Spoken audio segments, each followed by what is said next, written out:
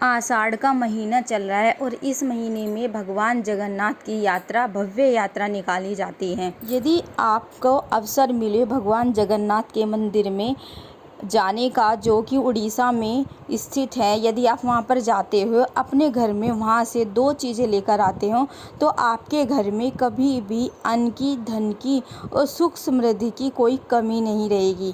यदि आप भगवान जगन्नाथ के मंदिर के यहाँ से आप 2 चीज़ें ये लेकर आते हो, तो माँ अन्नपूर्णा के साथ आपके जो घर में माँ लक्ष्मी का वास भी रहेगा और उनकी कृपा आपको, आपके घर पर हमेशा बरसती रहेगी।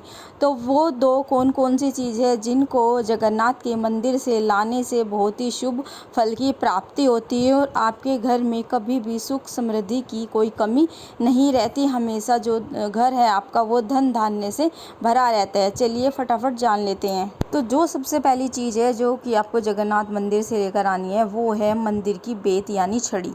जो भी जगन्नाथ मंदिर से बेत यानी छड़ लेकर आता है, ये परंपरा बहुत ज़्यादा पुरानी है और उसकी बल बुद्धि यश की उसको प्राप्ति होती है।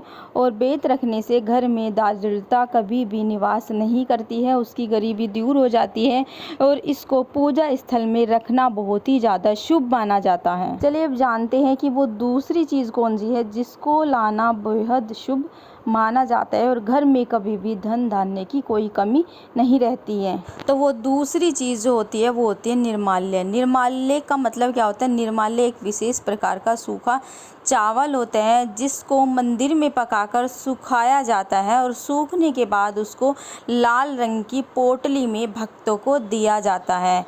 इसको घर में रखने से कभी भी घर में अन्न की, धन की कमी नहीं रहती है और घर हमेशा सुख समृद्धि से भरा रहता है और वहाँ पर भगवान की और माँ लक्ष्मी की विशेष कृपा होती है।